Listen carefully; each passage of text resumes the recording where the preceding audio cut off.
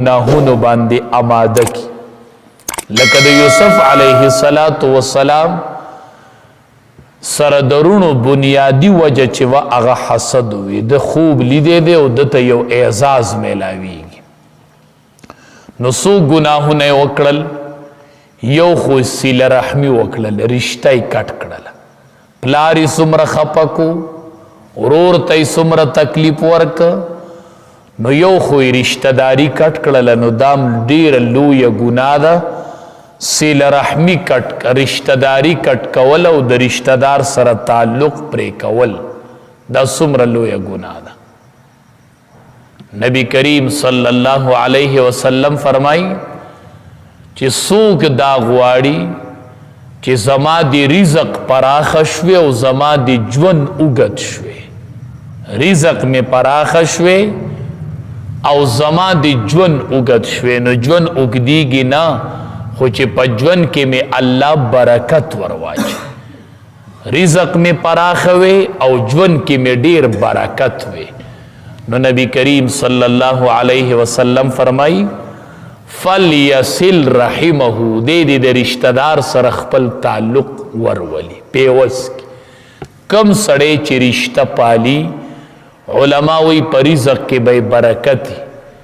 رزق بے پراخی او پا جون کی بے برکتی او اللہ بے دا بد مرگ نساتی پا بد مرگ بے اللہ نمڑک چی کم سڑے دا رشتہ دار سر رشتہ پالی نو رشتہ پالل دا قرآن دا شریعت یو عظیم حکم دے نبی کریم صلی اللہ علیہ وسلم تا یو صحابی راغی ورتوی دا اللہ حبیبا زما رشتہ دار دے او زو ورطا غگ کوم او اغما تا غگ نکی نبی کریم صلی اللہ علیہ وسلم ورطو فرمائل ویتا دا برقرار ساتا دا غگ کول او دا دا اغم مخت خوری شندل دی پا حقیقت کی کو دے پی پوئی دا تچ غگ کے او اغا نکی دا اغم مخت خوری شندل دی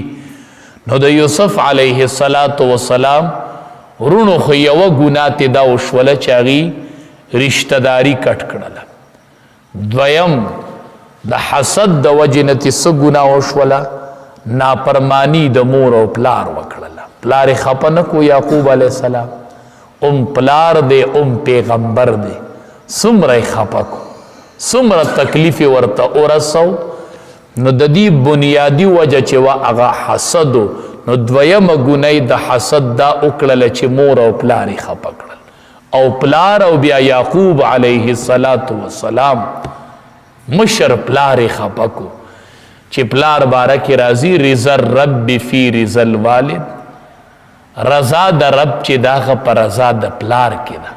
پلار خپشو رب العالمین خپ دے پلار خوشحال دے اللہ خوشحال نو یو تینه د مور او پلار نافرمانی وشوله دام ډیره لویه ګناه ده حدیث مبارک کې راځي هر ګناه چې او کېدی شي چې الله د دې عذاب په آخرت کې ورکړي خو د مور او پلار نافرمانی چې د دې سزا الله په دنیا کې هم ورکوي نو یو د دینه د مور او پلار نافرمانی وشوله چې والدین دا ډیره لویه سرمایه دی سر ډیر گزارک امام بخاری رحمت اللہ علیہ نم بتاسو اوریدلی بخاری شریف کتابی لیکلے نے دے رون و د دستر کے نظر نو مور بے دعا کولا وی اللہ زما د بچی دستر کو نظر واپس کا نا سمرت درن وزنی دعا معلومی گی نظر واپس کے دل اللہ زما د بچی نظر واپس کا خوبی ولید خوب کی ابراہیم علیہ السلام اولید ابراہیم علیہ السلام ورتوی اللہ دی دعا قبول کړله او اللہ ستا د بچی نظر واپس کو سار چی مور پاسې دلا د بچی نظر اللہ واپس کړي او روح شویو او اللہ تبارک و تعالی تینا د بخاری شریف په شکل کې د کتاب لیکلو خدمت واغس دا د مور دعا وا نو د مور او پلار دعا دا ډیر ضروری ده پکار د چې اولاد د مور او پلار نه دعا والی ډیر دعا تنواله ډیر دعا نمونږ چې د مور او پلار د دعا ټیم راشي نمونږ د ځان نه بیل کو د ځان نه جدا کو چې د دعا ټیم راشي نو د دعا نه محروم شو د مور او پلار د ځان نه جدا کو دا د دوی د جدا کولو ټیم نه دی دا د دوی د خدمت ټیم دی خدمت وکړه چې الله درله دنیا او اخر خیسته کی نو ډیر ناکام به د مور او پلار سره کو خصوصا چې کله حالت د بوډاوالي ته ورسیږي دا ډیر د امتحان وخی د امتحان خو خپل وړوکوالی یادوه چې زه دې پلار او دې مور دې ځای ته رارسولی ما رب ارحمهما کما ربیاني صغیرا زه داسې رکوټی وم او دې مور او پلار دې ځای ته رارسولی ما زه به اوس د دې پلار خیال ساتم د دې مور خیال به ساتم ځکه چې زه دوی دې ځای ته را ورسولم دې ځای ته زه د دوی د لاس رارسېدلی نو خصوصا د مور او پلار خبرې به برداشت کو وی دی قاریږي دی مونږ به خبرې برداشت کو دی ستا ډېرې خبرې برداشت کړي دي ډېرې خبرې دی پلار ستا ډېرې خبرې په وړوکوالي کې برداشت کړي دي دی مور ستا ډېرې خبرې په وړوکوالي کې برداشت کړي دي نو مونږ به هم اوس خبرې برداشت کو ای به زمی ډېرې خبرې برداشت کړي اکثر چې پلار عمر د پوخ شي او عمر د بوډاوالی شي د مور او پلار نو په معمولی خبره ولا بیا جړا ورځي بیا جاړي ډیر زر چې بچي سخت خبره وکړي مورم جاړي او پلارم جاړي زوام پلار ته خو ډیر د جرګو سړی وي ته ولې جاړي هغه وی مولي صاحب مال جړا په دې وجه راځي چې ما ته کله بچي سخت خبره وکړي نو ما ته د دې بچي د وړوکوالی رایات شي چې مولي صاحب دا هغه ژبه وه چې دی به خبرې زما نه زده کولې او ما د دې ژبې څومره خبرې برداشت کړي دي نن دا ژبه زما یوه خبره نه برداشت کړي که پلار دویمه خبره کوي درېیمه مړه څه ګور دې جوړ کړي بس که که نه بس که شل پیرې خبره مه کوه یوه پیره دې خبره وکړه بس پوره ده غلی کښېنه ته چې راکوټې وې تا دې پلار ته څو پیرې خبرې کړي څو ځله لګیا وې مولانا روم رحمت الله علیه لیکلی دی وی پلار بچی سره ناسو نو پلار دی بچی ته وی بچی لوی شوی دی پلار تینا تپوس کی وی بچیا په دی دیوال سناستی بچی ورته وی کارغه ناستی دا پلار بیا بچی ته وی بچیا سناستی پلار ورته وی کارغه ناستی بیا ورته دا پلار وی بچیا سناستی نو دی ورته وی پټه پوړون شي خدای دې پستر ګړون که خو کارغه ناسته کنه نو دا پلار ورته وی بچیا زه نظر می کار کی دا کارغه اینما خو ما پتا باندې امتحان کو امتحان کې ناکام شولې بچیا ولی پلارا وی تر کوټه وی او زما غیږ کې ناست وی په دیوال کارغه کې ناستو تا ما ته وی ابو سناستی نو ما دې خلخ کولک ته چې بچیا کارغه دی تا بیاوی ابو سناستی دیوال باندې ما دی بیا خلخ کولکتا چې بچیا کارغه دی تا با تپوس کو ما با دی خلخ کولوله چې کارغه دی تا یو کم سل پیری تپوس کړو او ما یو کم سل پیری جواب در کړو نن چې زه په دریم ځلوام سناستی نو ته وای پستر ګړون شي خو کارغه ناست نو پلار به بیا جړا پلار لنه ورځي نو پلار وی مولی صاحب مال زکه جړا راځي چې دا بچی میرا کوټی وو نو یو براته وی دا زما ابو دی بل براته وی دا زما ابو دی بل براته وی دا زما ابو دی پما به را منډې کولې یو به مې غیږ ته راختو نو دی به نارې والی زما ابو دی زما ابو دی نن چې د جدایۍ ټیم شو نو یو ته وی ستا پلار دی او بل ته وی ستا پلار دی ناغه پلار وی دا هغه ژبه د هغه ماته چې به ابو کول نه ماله ځکه جړا راځي چې دا هغه ژبه ماته نن وی چې کومې ژبې به ماته ابو کول نن هغه ژبه وی دا ستا پلار دی او دا ستا پلار دی دا پلاران هوښیاري خو چې مشران شي نو بې خبرو ته خیال نه دی پوه نشي نن سبا یو بل رواج دی دا بچی چې جدا کیږي که نه نو تقسیم شروع داستا او داستا او داستا پلار غلی ناس آخر کې ورته هغه پلار وایي چې زه به لکه کم ځای یما د چا سره به یما څه چل به کومه زما برخه پکې څه شوه اول خو مسله دا ده چې پلار ژوندی دی نو په دې کې د سره اډو د بچي برخه نشته نو ته د پلار مال تقسیموي ناسې ورته میراث بچی ته به اله برخه میلاویږي چې کله پلار وفات شو نو مالی میراث شو نو بچی ته برخه میلاو شو په ژوندانه د بچی د پلار سره یو اتانیزم نه رسي او دې پلار ته لګیا وي دا تقسیم په ژوندانه وکړه خپل مال هغه تقسیم کړي ستا مال خو نه دی په دې کې ستا څه دي نو بعضې به ورته په ژوندانه وایي ماله برخه راکړه په ژوندانه ورته وایي تقسیم وکړه که ته د دې پلار نه مخکې شوې او مړ شوې که نه قبر کې درنه الله دا تپوس نه کوي چې د پلار نه دې ولې برخه نه اخسته قبر کې به الله وایي چې د پلار نفقه پتا واجب وتا ولې نه ده ورکړې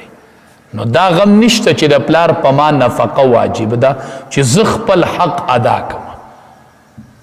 نو دې پلار ته وایي ته به پکې د سره وي د سره مطلب ده چې د کم بچی سره خوشحاله جو د هغه سره به نه پلار هم سم خوشحالیږي وایي زه به پکې د سره یم لکه د هر بچي سره به یم مونږ ته تپوس کو څه چلو شو یاره مولي صاحب زه پکې د سره یم چې د کم بچي کره تیاره وه او د کم کره مې خوښه وه هغه چې لږه موده وشي نه پکې بیا د سره نه وي دا چې ورته وایي ته به پکې د سره یې د دې مطلب دی چې د سره پکې نه یې ته خو تې ایستلی خدای چې خبرېږي نو بیا یې تې ایستلی خبر نه بیا وایي ته پکې د سره نه یې نو بیا د یو بچي په تمه او په بل بچي په تمه نو اکثر پکې وږې پاتې شي د شپې او ډوډۍ ونه خوري یو درخواست کومه چې دا پلاران او میندې مه جدا کوئ مونږ د رور نه جدایي لیدلې ده چې جدا کیږي خو چې بچې وی پلار جدا کومه نو مونږ وی چې دی به کوم ځای ته جدا کوي چې بچې د ځان نه جدا کوي نو دی به چرته ځي نو مور او پلار مه جدا کوئ دا یوه جدایي وله پوره ده چې مقبرو ته روان دي بس هو به یې خخ پی کې روپس پشیتی ټول عمر به درته کور خوشې پروتي خوشې بیا موړ بشي په خوشي کور خو په ژوندانه دا کور مه خوشې کوه بیا به خپی بیا به ټول عمر له کور خوشې پروتي بیا به وایي چې یو بوډا پلار مې وې یوه بوډۍ مور مې وې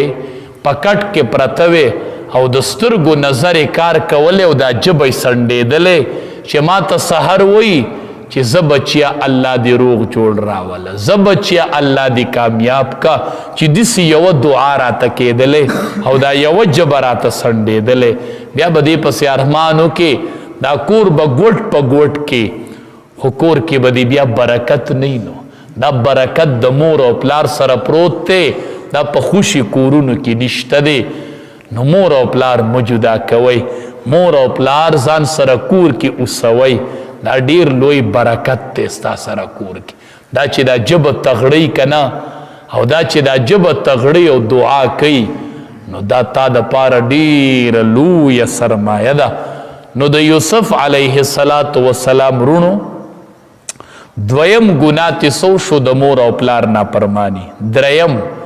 په کشر رورې شفقت ونه کو دی کشر رورو په د شفقت پکارو حق کبیر الاخوة على صغیرهم حق الوالد على الولد د مشر رور مثال په منزله د پلار دی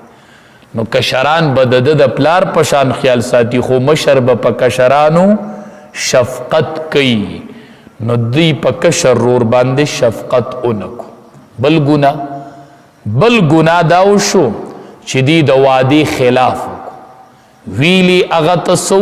او وی کړل نو یوی د وعدې خلاف کو ان العهد کان مسئولا وعده چې د چا سره وکړه د دې به الله تپوس کوي وعدې د چا سره مه کوئ مضبوط مه وایئ انشاءالله دا کار به کوم انشاءالله دا کار بکوم انشاءالله دا کار بکوم انشاءالله وای او مضبوط وعده مکوه ان العهد کان مسئولا د دې به الله بیا تپوس کوي او بغیر د انشاءالله نم داسې کلکه خبره مکوه چې دا کار به کوم او سبا به خامخا کوم. نه وای سبا به انشاءالله دا کار کو. وی سړی روانو میخه اغستلې وی پیسې ورسره پرتې وي. بل ورته وی چې څه کوي چې زما میخه علمه.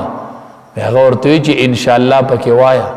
وی چې بده کې د انشاءالله څه ضرورت دی، خو دی پیسې پرتې دی او هغه د میله ده یوس په پکې میخه والم. په دې کې د انشاءالله څه ضرورت دی؟ هغه وی وایا پکې چې لاړ نه هغه پیسې تی ورکې شوې. چې دی ولید وی میخه دی واغسته وی انشاءالله پیسې مې ورکې کړې.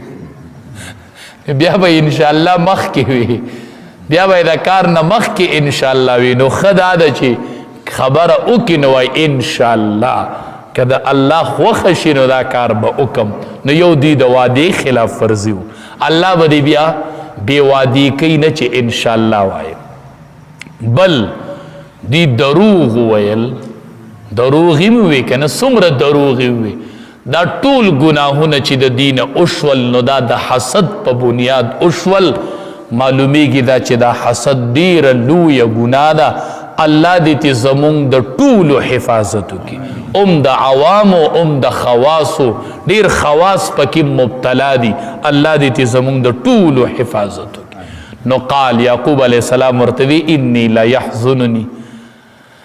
بېشکه تاسو به ما غمجن کوي،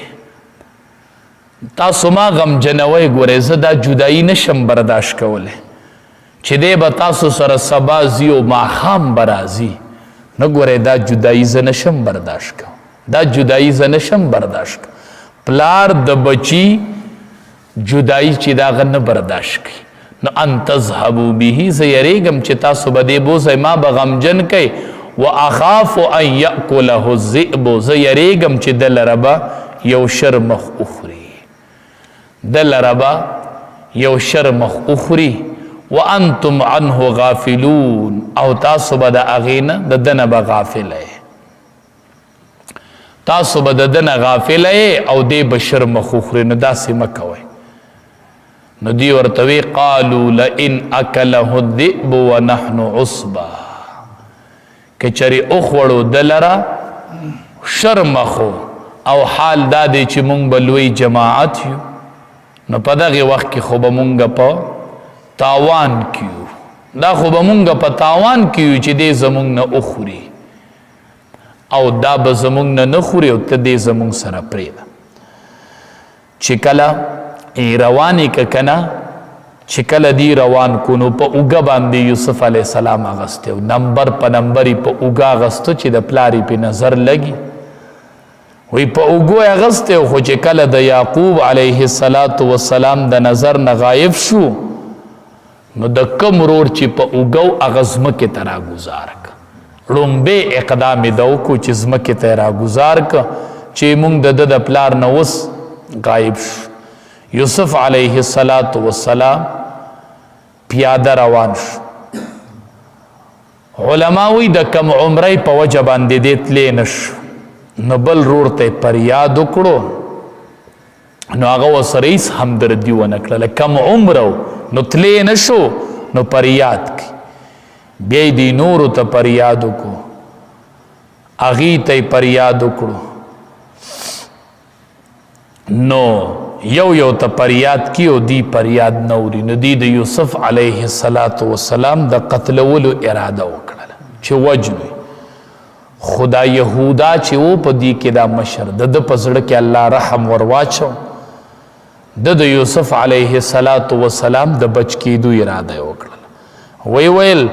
چې زه د څو پورې ژوندی یم که نه نو تاسو ده ته تکلیف نشئ رسولی. او دا یوسف علیه السلام چې دی پلار ته واپس کوي، خو هغې ډیر په ضد کې و، د ده دا خبره یې نه منله او د یوسف علیه السلام د قتل اراده یې وکړله. د وی تکلیف ورته نشئ ورکولی. نو آخر دا یهودا خو یو کسو دی ډیرو، نو دی ورته وی وجنو، ده ورته وی تکلیف نشئ ورکولی. نو دی یو تن خو مقابله نشوه کولی. نو آخر د دې چې دی په دې رضا کړل چې به دی کوی ته وروغورځوئ، خیر دی خو وجنه یم. نو د بالکل د تکلیف نه د بچو مقابله خو یې نشوه کولی. وی زه خیر دی وجنه یمو او دی کوی ته ارتاو کوي. نو دی اغا کوئی تا ارتو کوئی دی کی بپروتی و خیر دے وجنی مو فرمائی قالو دی اویل یا ابانا اے پلار زمونگا ما لک لا تأمنا سشوی دی تالر چی تپمونگ اعتماد نکے نو معلومی گی دا چی دیتنا یوزل ویلیو چی بوزوی دو ورطوی نبای بوزای نو زک ورطوی لا تأمنا تپمونگ اعتماد نکے علی یوسف پبارد یوسف علیہ السلام کے وَإِنَّا لَهُ لَنَاصِحُونَ و حال دارے چی مونگ دد خیر خوایو ارسلہو معنا اولے گدے زمونگ سرا سبا غدن سبا سارا تیرا سر اولے گا یرتع و یلعب ڈیری میوی بو خوری اولا بی بو کی وَإِنَّا لَهُ لَحَافِظُونَ و بے شک مونگ بدد خام خا حفاظت کو اکثر چی سڑے خبر ہے کہ دروغ جری انو دیر قسمون خوری اکثر وی چی دیر آباندی اعتماد کی قالنو یعقوب علیہ السلام ورطوی انی لیحزننی بے شک غم جن کوی ما لرا اندا خبر تذهبو بیہی چی تاسو بو زیدے لرا و اخاف زیریگم ان یأکلہ الدئبو چی ابخوری دلر شرمخ وَأَنْتُمْ عَنْهُ غَافِلُونَ و تاسو بددن بے خبرے قالو دیورتوی لئن اکلہ الذئبو کچری اخوڑو دلر شرمخو ونحن عصبتنا و حال دارے چی منخو دیر قوی ڈلیو انا اذا لخاسرون بے شک منگ با پدغ وقت کی خامخا تاوانیانیو